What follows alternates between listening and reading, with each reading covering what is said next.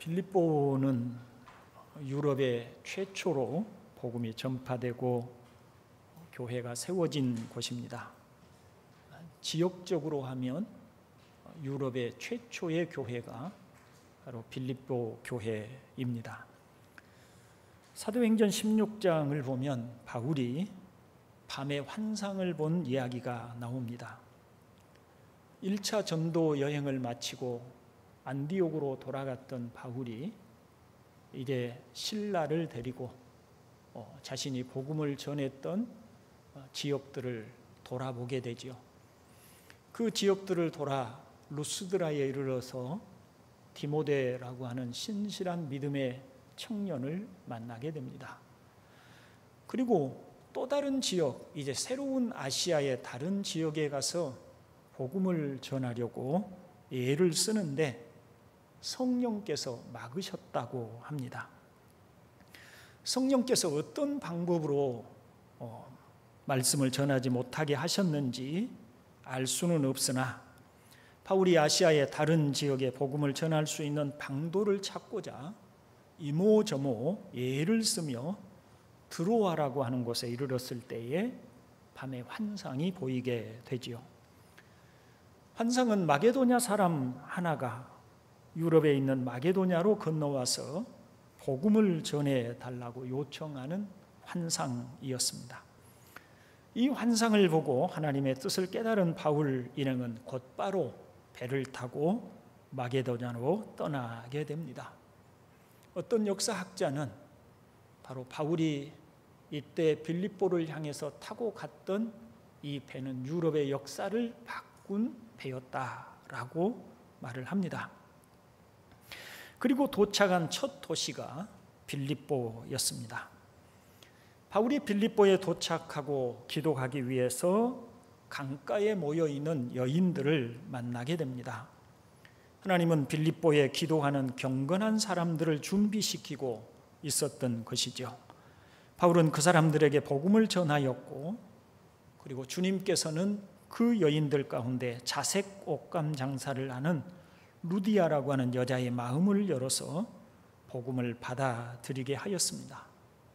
아마도 거기 있는 대부분의 여자들도 복음을 받아들였을 것입니다. 그것이 빌립보 교회의 시작입니다. 그 후에 귀신 들린 여종이 바울 일행을 따라다니면서 이 사람들은 지극히 높으신 하나님의 종으로서 구원의 길을 너희에게 전하는 자라고 소리쳤습니다. 그렇게 여러 날을 괴롭게 함으로 바울이 예수 그리스도의 이름으로 귀신을 쫓아내 버렸습니다. 귀신 들린 여종으로 점을 치게 해서 돈을 벌던 사람들이 자신들의 수입이 끊긴 것을 알고 바울을 모함하여 바울과 실라가 빌립보 감옥에 갇히게 됩니다. 한밤중에 바울과 실라가 감옥에서 기도하고 하나님을 찬송할 때 큰 지진이 일어나서 땅이 흔들리고 감옥의 문이 저절로 열리고 죄수들의 쇠사슬이 저절로 풀려 버렸습니다. 이에 죄수들이 다 도망쳤다고 생각한 간수가 칼을 뽑아 자살을 시도할 때 바울이 내 몸을 상하게 하지 말라고 소리쳤고, 간수는 선생들이여 내가 어떻게 하여야 구원을 받으리까? 라고 묻습니다. 이때 바울이 아주 유명한 말을 하지요. 주 예수를 믿으라.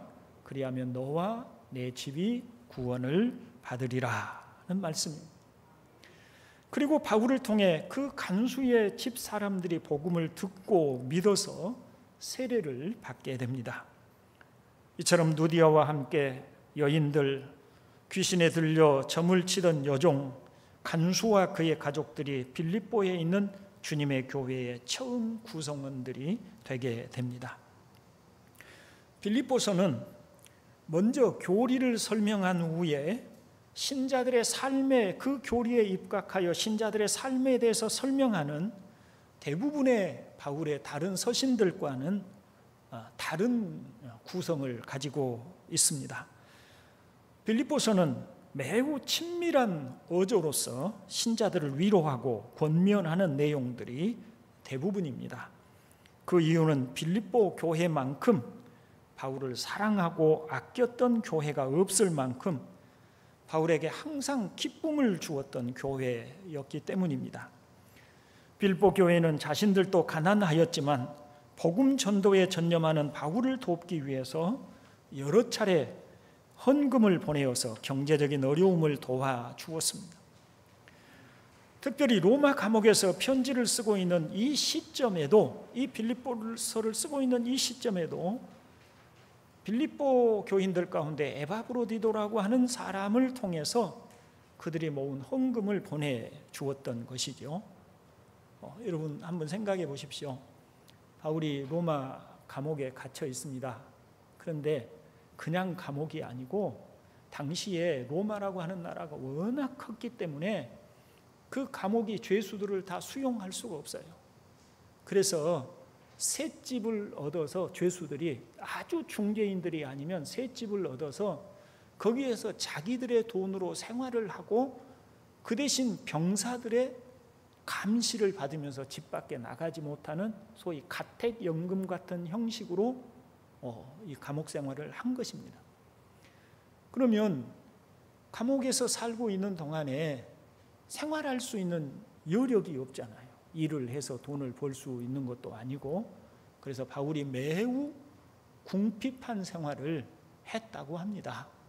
그때 그들을 생각하고 바울의 그 어려움을 감안하여 도와준 교회가 유일하게 빌립보 교회였습니다. 빌립보 교회는 에바브로디도에게 자신들이 헌금한 돈을 가지고 가서 바울에게 전달해 주게 하였을 뿐만 아니라 거기서 늙은 바울을 조금이라도 시중을 좀 들어서 바울의 그 어려움을 좀 도와주라는 부탁을 받고 로마로 가게 됩니다. 그리고 헌금을 전달을 하고, 그리고 이제 바울을 돕는 가운데 에바브로디도가 병이 들었어요. 그리고 그 병이 매우 중하여서 거의 사경을 헤매는 그런 병이었습니다. 그 소식이 빌립보 교인들에게 들어갔어요. 그래서 하나님의 은혜로 에바브로디도가 낫게 되자 바울이 빌립보 교인들이 에바브로디도를 인하여서 매우 근심할 것을 염려해서 에바브로디도를 보내면서 그 편에 지금 이 편지를 써서 보내고 있는 것이 바로 이 빌립보서입니다. 그러니 교회에 대한 감사의 마음이 그 편지 속에 절절하게 드러날 수밖에 없는 것이지요. 빌립보서는 여러모로 기쁨을 주는 교회였습니다. 그러므로 빌립보 그 신자들에게 바울은 신앙생활 잘하는 법을 쓰고 있습니다.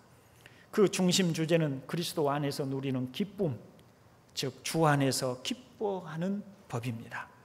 그래서 빌립보서는 어느 서신보다도 기뻐하라고 하는 권면이 많습니다. 말하자면 그리스도 예수를 믿음으로 신자가 된 하나님의 자녀들이 세상에 살아가는 동안에 어떻게 살아가야 하는지를 가르쳐 주는 내용입니다. 그런 점에서 예수를 믿고 주님 강림하시기를 기다리는 우리의 시점에서 매우 중요한 요점을 가르쳐 준다고 할 수가 있겠습니다. 이제 빌립보서를 차근차근 살펴보고자 합니다. 날은 무덥고요, 전염병 때문에 이래저래 마음이 지칠 수밖에 없기에 좀 무거운 교리적인 내용보다는 우리에게 이렇게 감화하시고 또 이런 어려움을 기쁨으로 이겨나가는 그런 아름다움이 담긴 성경을 이제 8월 달에 시작을 할 수 있게 되어서 기쁜 마음입니다. 그중에 오늘 본문을 통해서 그리스도인들이 어떤 사람들인지를 살펴보도록 하겠습니다. 첫째, 그리스도인들은 함께 하나님의 은혜에 참여한 자입니다. 7절 보시면 너희가 다 나와 함께 은혜에 참여한 자가 됨이라고 말씀을 합니다. 어떤 영어 성경은 이 구절을 너희는 다 하나님의 은혜와 은총을 함께 나눈 나의 동역자가 됨이라고 번역을 했습니다. 은혜가 무엇입니까?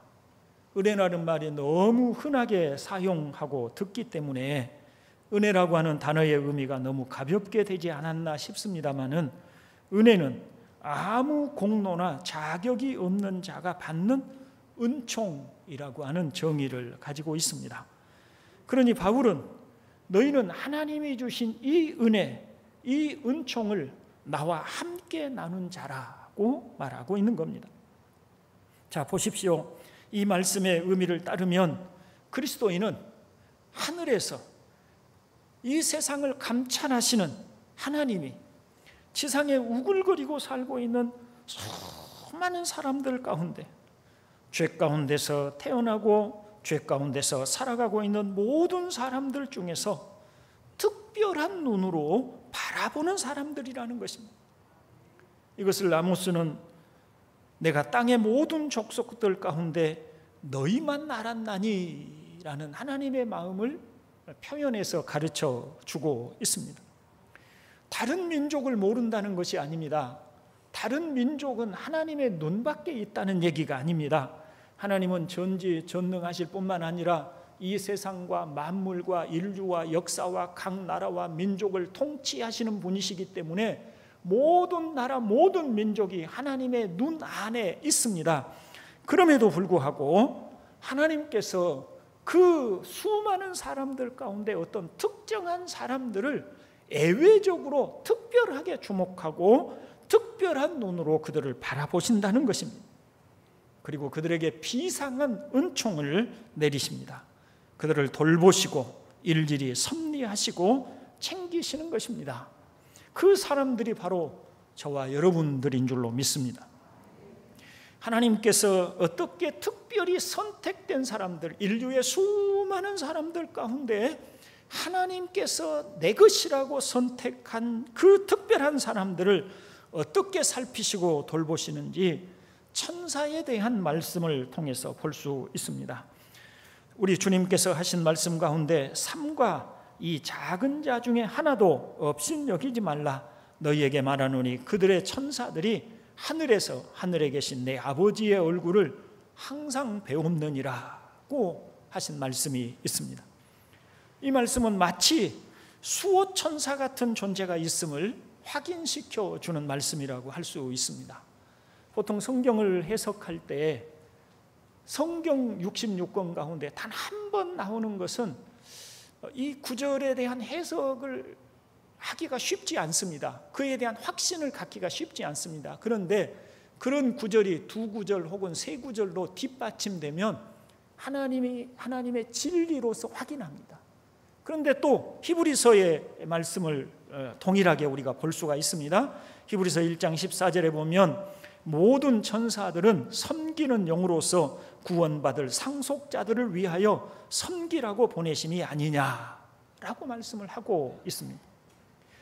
이 말씀은 하나님께서 부리시는 천사들에게 하나님의 택하시고 구원받은 하나님의 자녀들을 섬기도록 그렇게 명령을 하셨다라고 하는 말씀이죠.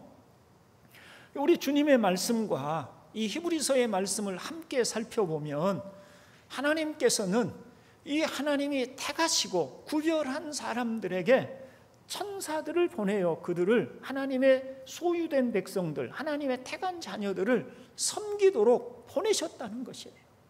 그리고 그들로 하여금 말하자면 수호천사처럼 그 사람들을 돌보게 하시고 그들로 하여금 하나님께서 그 천사들의 보고를 들으신다는 말씀인 것입니다. 우리는 그와 같은 예를 창세기에서 볼 수가 있습니다.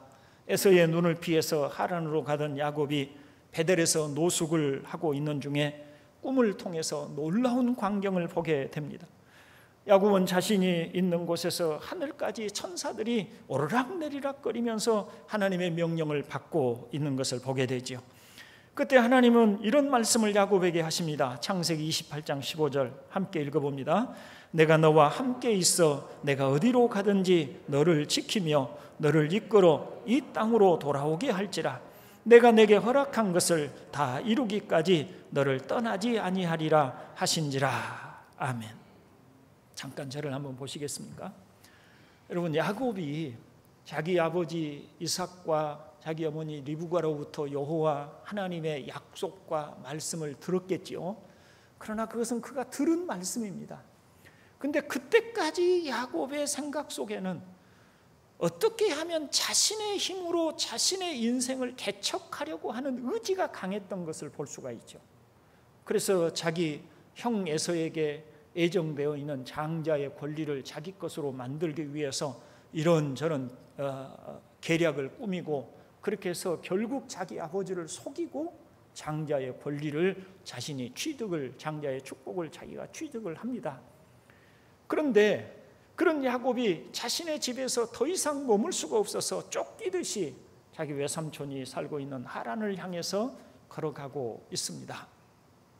하란은 지금의 시리아에 위치하고 있는 지역이니까요.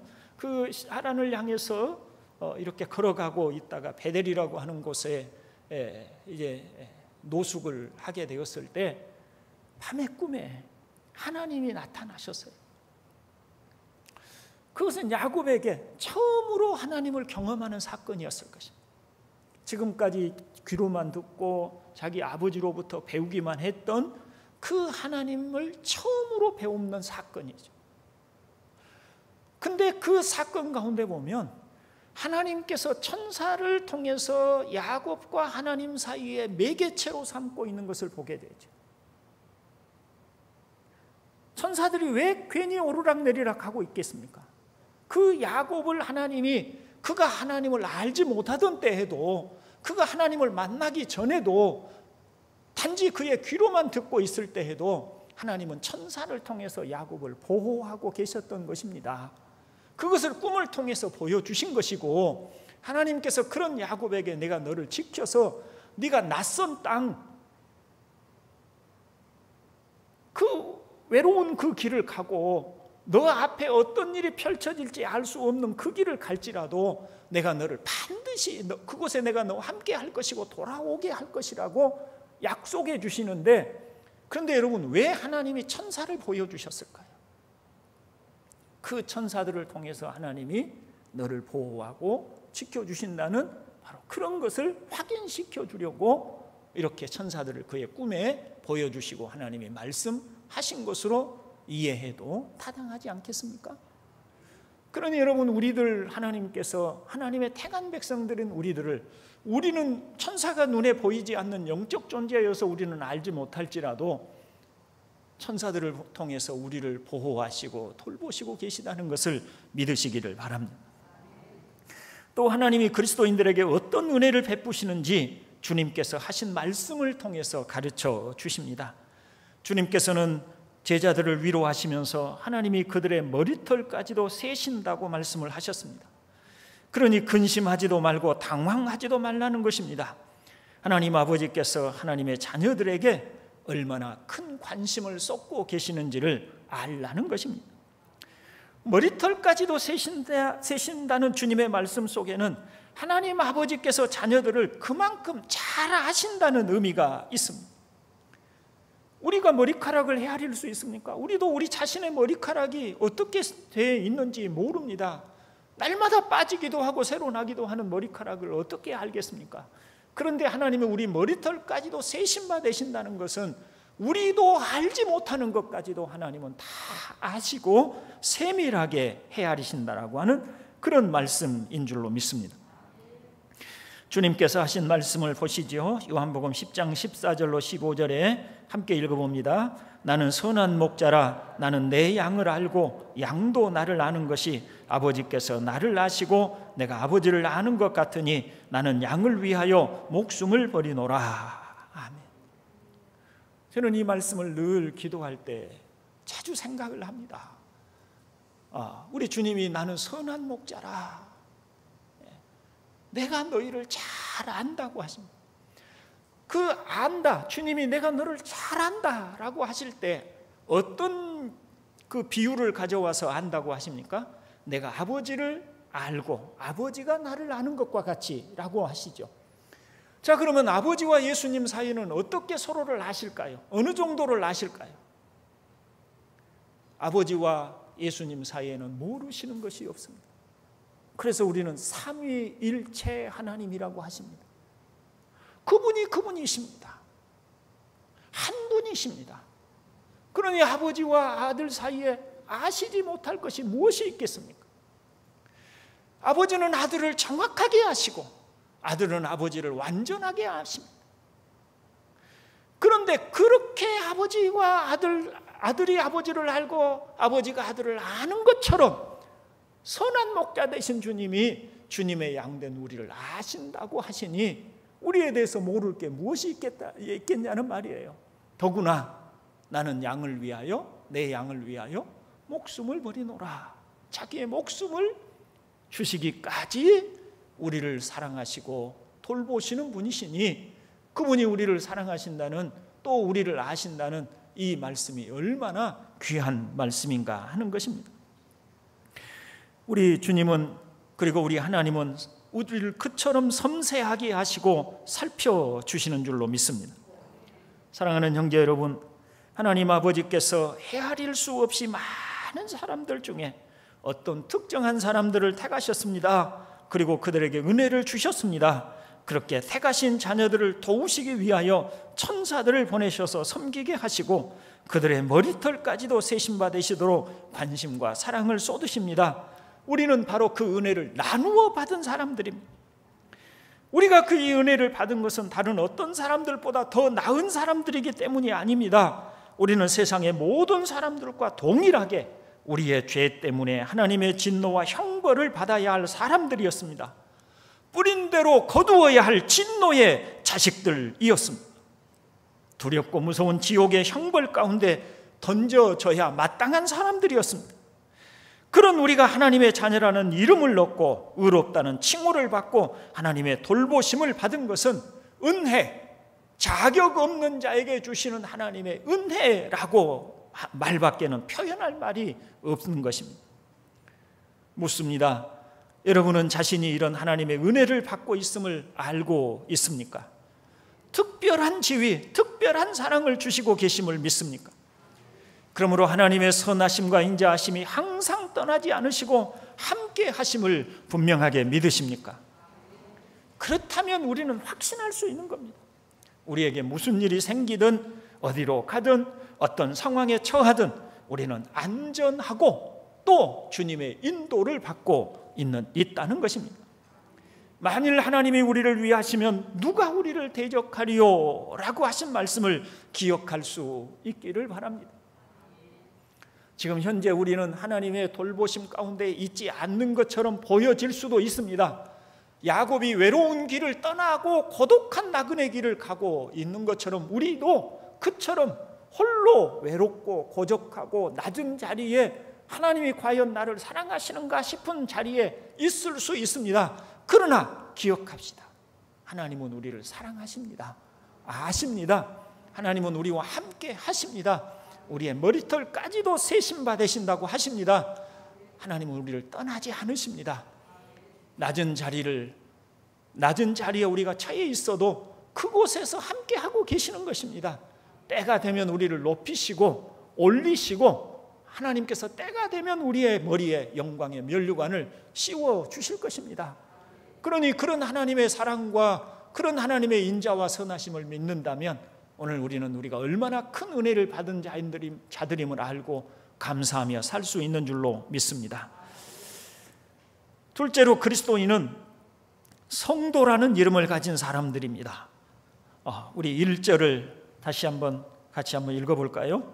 그리스도 예수의 종 바울과 디모데는 그리스도 예수 안에서 빌립보에 사는 모든 성도와 또한 감독들과 집사들에게 편지하노니. 아멘.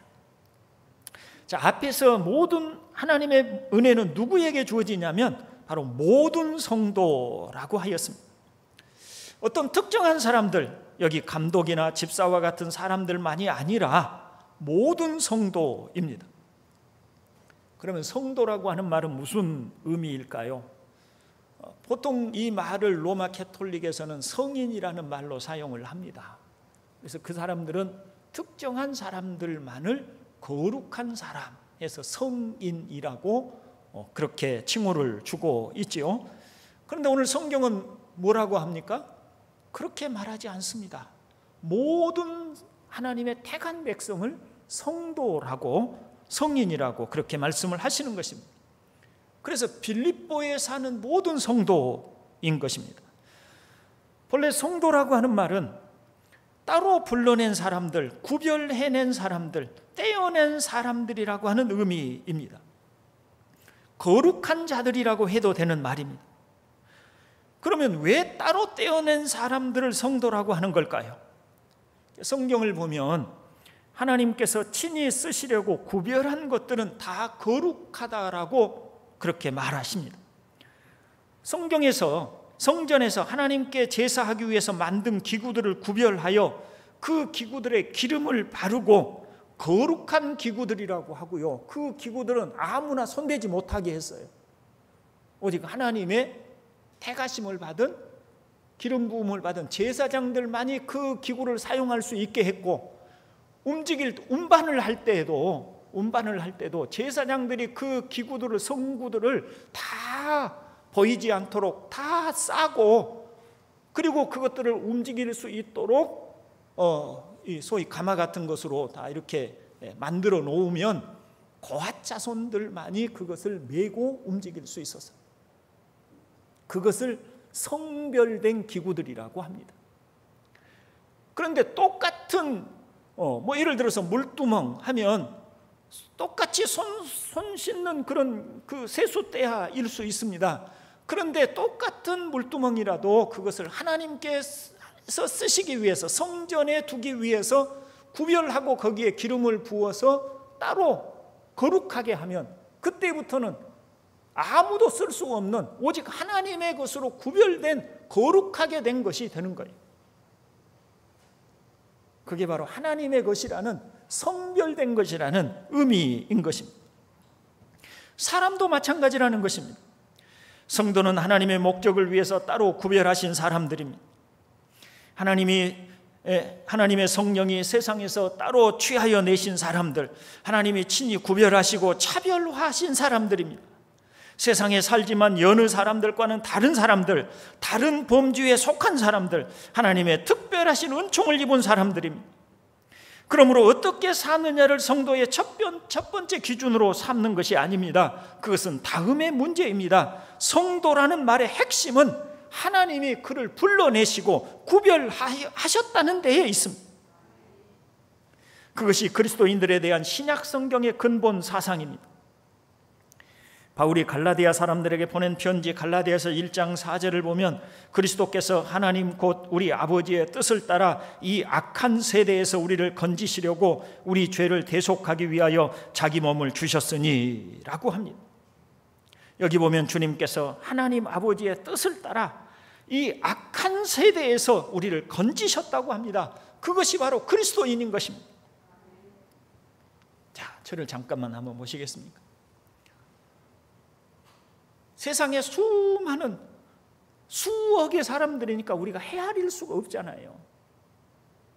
제가 군대 생활을 할 때 대대에서 생활을 했어요. 저는 이제 자동차 부대였으니까 보병 부대가 아니니까 숫자도 한 중대 해봐야 한 50명 정도밖에 되질 않아요. 그래도 다 모이면 한 400명 정도가 돼요. 한 끼 하루 밥을 먹으면 쌀 2가마니가 들어가요. 그런데 400명의 숫자도 넓은 연병장에 가득 차는데, 여러분 수억의 수십억의 인구가 있다고 하면 얼마나 많겠어요. 그런데 그 중에 하나님의 어떤 뜻이 계신지 모르지만 어떤 사람들을 선택하신 거예요. 그리고 그들에게 너는 내 것이다, 하나님의 기름을 부어주셨는데, 그 하나님의 기름이 뭐냐면 성령이세요. 성령의 기름을 부어주신 거예요. 그리고 그 성령으로 기름 부은 자들은 그들을 예수님의 십자가의 보혈의 피로써 다 그들의 죄를 속죄하시고 이 악한 세대에서 불러서 너는 이제 내 것이다, 너는 내 말과 내 뜻을 따라 살아가도록 내가 너를 구별하여 불렀다고 하십니다. 그래서 그 이름을 성도, 거룩한 무리들이다 라고 불러주신 것입니다. 그 사람이 바로 저와 여러분들입니다. 여러분, 이것이 바로 하나님이 우리를 거룩하게 하신 은혜인 것입니다. 말하자면 그리스도인은 여전히 세상에 살지만 세상에서 건짐을 받고 따로 구별된 사람들입니다. 우리는 우리가 그런 사람들인 것을 스스로 알아야 합니다. 하나님이 구별하셨으니 나도 나를 구별해야 합니다. 하나님이 이 악한 세대에서 구별하고 구원하여 주셨습니다. 그러니 나도 더 이상 세상과 동일한 생각과 욕망으로 살지 않고 구별되고 부름을 받은 자로 살아야 한다는 자의식이 우리에게 있어야 한다는 것입니다. 형제 여러분, 앞에서 우리는 하나님의 은혜가 얼마나 놀라운 것인지를 보았습니다. 그런데 그 은혜는 아무나 받는 것이 아니라 오직 성도에게만 주어진 것입니다. 다시 더듬어 생각해 보십시오. 성도는 하나님께서 특별한 목적과 뜻이 있어 구별한 사람들입니다. 그래서 이 악한 세대에서 예수 그리스도를 통하여 구원해 주신 사람들입니다. 이런 사람들을 하나님은 하나님의 소유된 백성 혹은 하나님의 것이라고 표현하기도 합니다. 만일 우리가 예수를 믿는다고 고백하고 하나님의 자녀가 되었음을 확신한다면 이는 우리 스스로 불러냄을 받은 사실을 인정하는 것입니다. 우리가 하나님의 뜻을 따라 잘 살기 때문에 우리를 선택하거나 부르심을 받은 것이 아닙니다. 하나님의 뜻이 먼저 계셔서 우리를 먼저 선택하셨고 불러 구원해 주신 것입니다. 이런 뜻을 안다면 우리 스스로도 구별된 자로 살기를 다짐해야 마땅한 일인 것입니다. 일반 사람들과 똑같이 숨쉬고 똑같이 밥을 먹고 똑같이 직장에서 일을 하고 살지만 근본에 있어서는 구별되고 세상으로부터 건짐을 받은 사람들입니다. 이제 우리의 삶의 목적과 의미는 그리스도 안에서 새로워졌습니다. 내가 살아도 주를 위하여 죽어도 주를 위하여 죽나니 사나 죽으나 주의 것이라고 하신 말씀은 바로 그런 의식에서 나온 것입니다. 더 이상 육체의 욕심대로 내가 원하는 대로 살던 데서부터 불러냄을 받은 것이에요. 이제 너는 하나님의 것으로 불러냄을 받았으니 이제 하나님의 뜻을 위해서 하나님의 뜻을 따라서 그분을 위해서 살라고 부름을 받았으니 이제는 우리 인생의 행로를 다시 정해야 되는 줄로 믿습니다. 우리가 스스로를 성도라고 한다면 우리는 우리 인생의 행로를 다시 정해야 되는 것입니다. 내가 이제 그리스도 안에서 어떻게 살아야 할까? 똑같은 직장에서 똑같은 일을 하고 살지만 그러나 나는 이제부터는 하나님의 것이니 이 직장에서 나는 무엇을 하고 어떻게 살아야 할 것인가를 다시 하나님 안에서 묻고 대답을 얻어야 할 줄로 믿습니다. 주님은 그런 구별된 성도들을 데리러 다시 오실 것입니다. 주님은 그런 성도들이 세상에서 흘린 눈물을 닦아주시고 위로해 주실 것입니다. 우리는 누굽니까? 성도, 구별된 사람들입니다. 마지막으로 그리스도인은 그리스도 안에 있는 사람들입니다. 본문 1절에서 바울은 단순히 빌립보에 사는 모든 성도라고 하지 않고 그리스도 예수 안에서 빌립보에 사는 모든 성도라고 말하고 있습니다. 어떤 사람은 바울의 신앙은 그리스도 예수 안에서에 기초한다고 말을 했습니다. 그만큼 바울에게 있어서 그리스도 예수 안에서라는 말이 중요합니다. 어떤 사람은 그것을 숫자로 세기도 했어요. 바울 서신 중에서 주 안에서라고 쓰여지는 구절이 무려 50차례. 그 다음에 그리스도 예수 안에서라는 표현으로 쓴 게 38번. 이렇게 숫자로 세기도 했어요. 근데 그만큼 바울은 모든 문구를 사용하는데 주 안에서 혹은 그리스도 예수 안에서 혹은 예수 안에서 그리스도 안에서라고 하는 표현을 바탕으로 사용하고 있어요. 왜 그럴까요? 그만큼 그 말이 중요하기 때문입니다. 바울이 빌립보에 가기 전에 이미 경건하게 하나님을 섬기는 사람들이 있었습니다. 소수의 여자들이 안식일에 강가에 조용한 장소에 모여서 기도하고 있었던 것을 보십시오. 그들은 모두 하나님을 알고 섬기는 사람들이었습니다. 그러나 그리스도 예수 안에 있는 성도는 아니었습니다. 그리스도 안에 있는 성도는 그리스도의 십자가의 죽음을 통해 구원을 받고 거듭났으며 그리스도의 한 지체로 부름을 받은 사람들입니다. 그들은 그리스도를 통해 죄사함을 받았으며 그리스도를 통해 영생을 얻었습니다. 그리스도를 빼놓고는 하나님과 아무런 관계도 맺을 수 없는 사람들입니다. 그리스도를 주님으로 고백하고 영접함으로 그리스도를 따르는 사람들을 그리스도 안에 있는 성도라고 하는 것입니다. 그렇다면 왜 그리스도 예수 안이라고 하는 표현을 사용하는지를 보십시다. 최초의 인류의 대표는 아담이었습니다. 아담이 타락하자 그 아담 안에서 모든 인류가 그 타락에 속했습니다. 아담 안에서 타락한 죄인으로 태어났고 죄인으로 살아갑니다. 그런데 또 다른 대표자로서 예수 그리스도께서 오셨습니다. 그분은 하나님의 아들로서 창조의 일을 하셨으며 인간을 창조하신 분이십니다.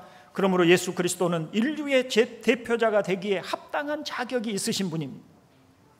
하나님이 보내셔서 우리의 또 다른 대표자가 되신 예수 그리스도는 자신을 믿고 따르는 자들을 구원하기 위해서 십자가에서 죽으셨습니다.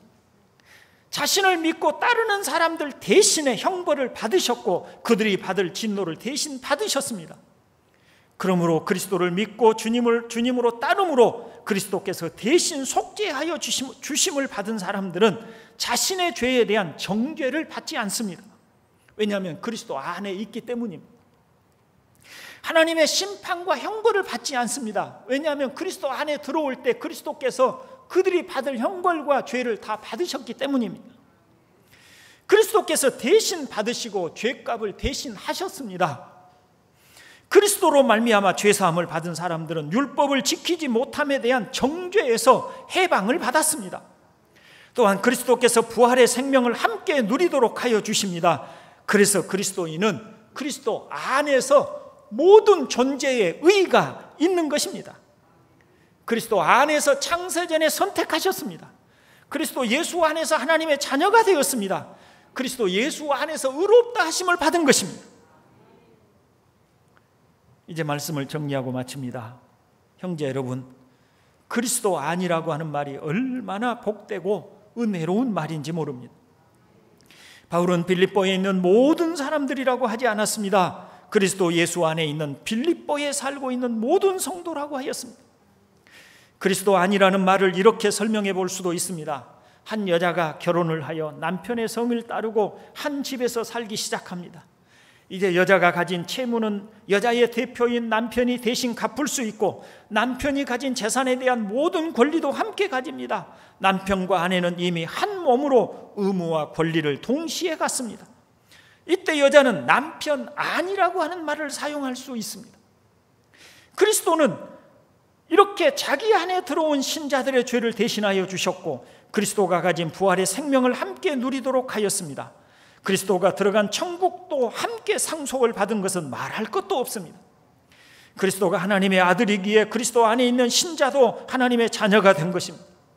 그러므로 성도는 하나님과의 관계를 독단적으로 맺는 것이 아니라 항상 그리스도를 통하여 가는 것입니다. 그리스도의 이름으로 기도합니다. 그리스도의 이름으로 성령의 인치심을 받습니다. 그리스도의 이름으로 예배합니다. 모든 것을 다 그리스도 예수 안에서 그리스도의 이름으로 하는 것입니다. 그렇다면 어떻게 그리스도 안에 들어갑니까? 믿음으로 들어갑니다. 그리스도께서 십자가의 죽으심이 자신의 죄를 대신하여 죽으심을 믿고 자신을 위하여 다시 살아나셔서 영생을 주셨다는 것을 믿는 믿음을 가진 사람은 그리스도께서 자신 안으로 들어가게 해주신 사람들인 줄로 믿으시기를 바랍니다. 자, 여러분이 가진 모든 죄를 그리스도께서 십자가에서 다 속죄해 주셨고 대신해 주셨다는 걸 믿으십니까? 여러분은 그리스도께서 부활하신 그 생명 안에 여러분을 품으사 영생을 주신 것을 믿으십니까? 그러면 여러분 그리스도 안에 있는 것입니다. 그리스도 안에 이미 여러분을 들이실 때 여러분의 죄값을 다 속죄해 주셨고 그 믿음으로 말미암아서 여러분의 죄를 속죄해 주셨고 여러분에게 영생의 축복을 주신 줄로 믿으시기를 바랍니다. 그리스도 안에 우리가 있는 것입니다. 우리는 그리스도 안에서 하나님의 것으로 구별되었습니다. 그리스도 안에 있기 때문에 성도라고 일컬어지는 것입니다. 그리스도 안에서 모든 하나님의 은혜를 나누어 주셨습니다. 자, 이제 오늘 설교가 조금 길었지요?